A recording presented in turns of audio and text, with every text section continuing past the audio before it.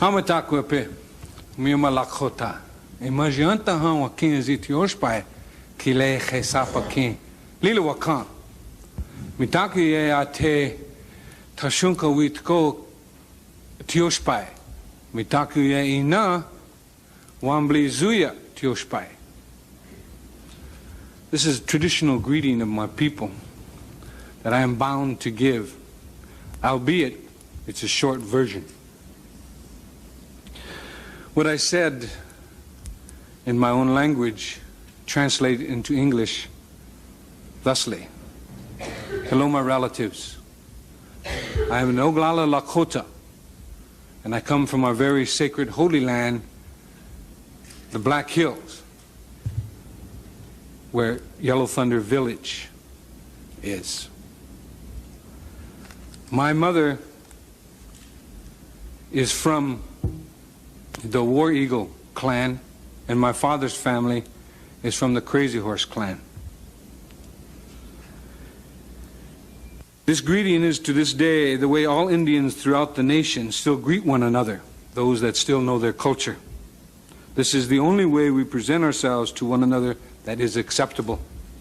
We tell you who we are, where we are from, who we are from, our clans, and we do this without ever saying our name.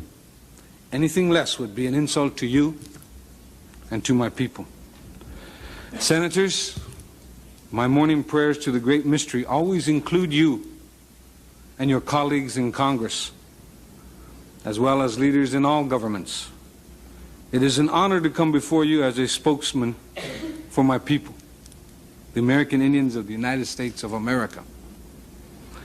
In these United States of America, this great country of ours, we American Indians, we can be anything we want to be, except American Indians.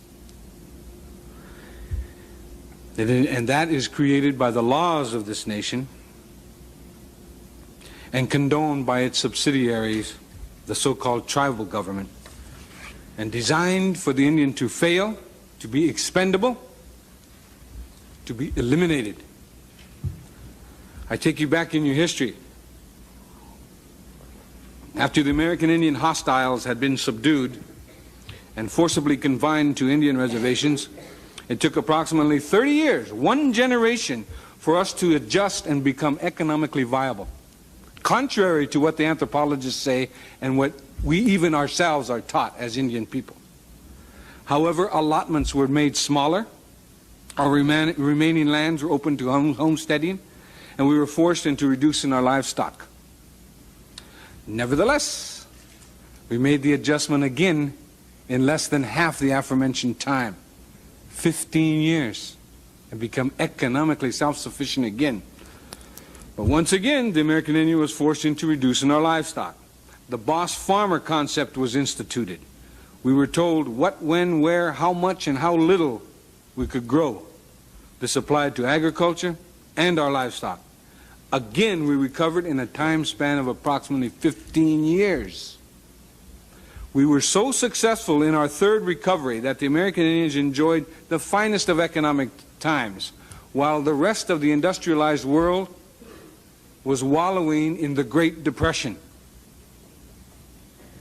It was then that President Roosevelt introduced the Howard Wheeler Act, better known as the Indian Reorganization Act, the IRA, which institutionalized the so-called tribal governments, which are not one of our institutions, and it is still foreign to us this very day. We have yet to recover.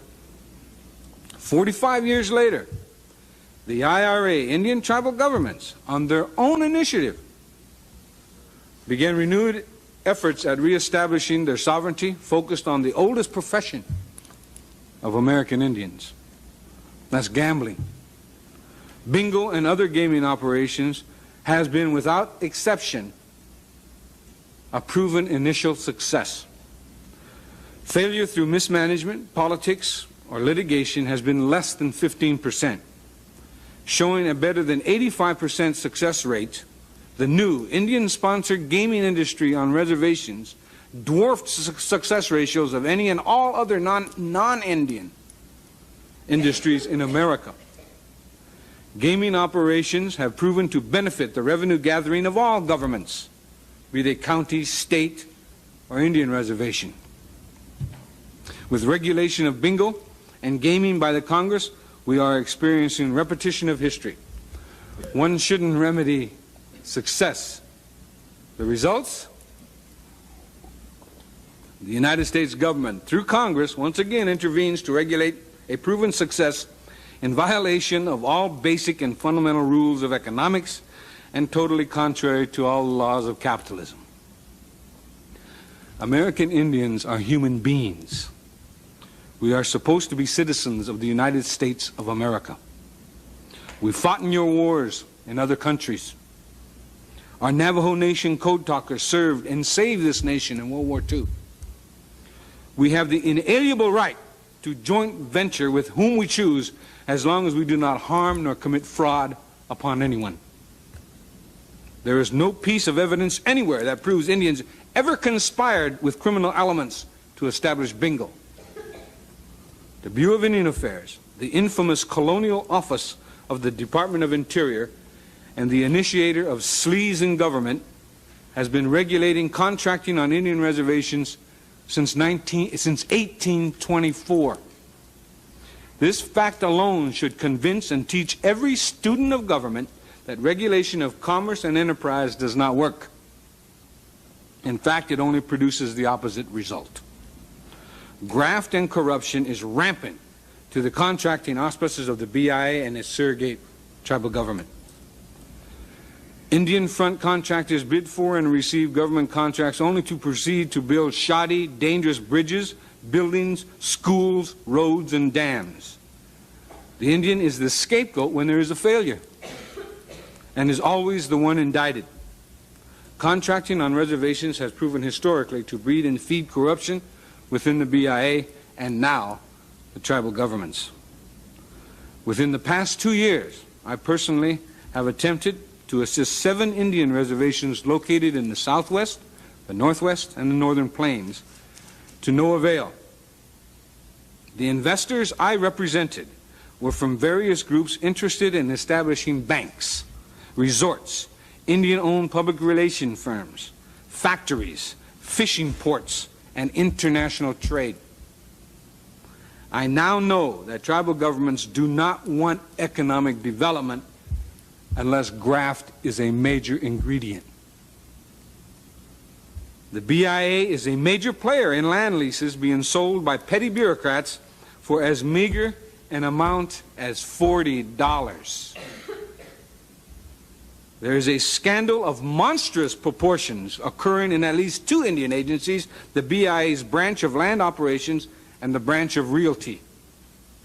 I challenge this investigations committee to intricately go into the branches of realty and land operations. The BIA does not enforce its trust responsibility, quite to the contrary. In September of 1987, I moved from the poorest county in America, the Pine Ridge Indian Reservation, to the richest area in the country, the Navajo Indian Reservation. There is no difference. I paraphrase the former Secretary of the Department of the Interior, James Watt. If you want to see an example of failed socialism, go to an Indian reservation.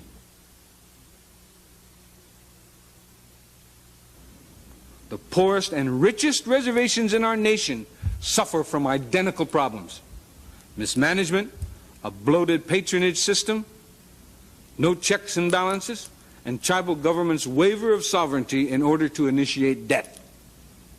This is not anything new. This is an everyday occurrence in all tribal governments. Problem is leadership. In this case, it is the lack of leadership. Ironically, everyone, including you senators, referred to the allegedly elected tribal officials as leaders. Leaders are supposed to work for a better quality of life for their constituents. It is an insult to my heritage, my ancestors, and my dignity as an Oglala Lakota to have the term used loosely. Many of the tribal officials are honest and sincere men and women who have good hearts. Nevertheless, a vast majority of the tribal officials parasite on the incestuous world of tribal politics.